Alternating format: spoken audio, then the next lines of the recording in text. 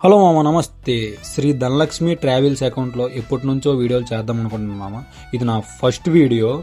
ఈరోజు booking వస్తాడికి నౌపోడ to Vizag మామ. టెక్కల నుంచి నౌపోడ వెళ్ళి నౌపోడలో కస్టమర్ని పికప్ చేసుకుని మార్నింగ్ 6 నుంచి దాదాపు 10 వరకు కూడా మంచుతో చెలగటమే మామ. కన్నేవలసి బంకులో ఫ్యూల్ కొట్టి అక్కడ నుంచి బయలుదేరిపోయాం మామ. మడపం టోల్గేట్ అయితే చాలా దారుణం మామ, మామూలు కాదు. అసలు దగ్గరికి వెళ్ళినంత వరకు కూడా ఏమీ కనిపించట్లేదు. టోల్గేట్ దగ్గర చాలా జాగ్రత్త మామ.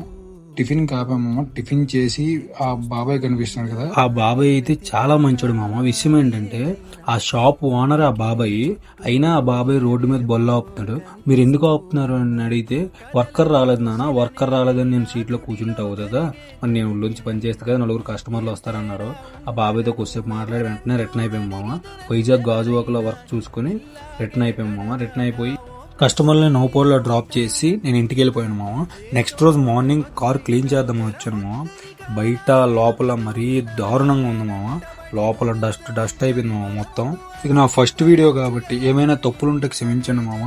అలాగే సపోర్ట్ చేస్తారనే కోరుతున్నాను. కార్ అయితే యథావిధిగా నీట్గా క్లీన్ చేసుకుని పూజకైతే రెడీ అయిపోయాం మామ.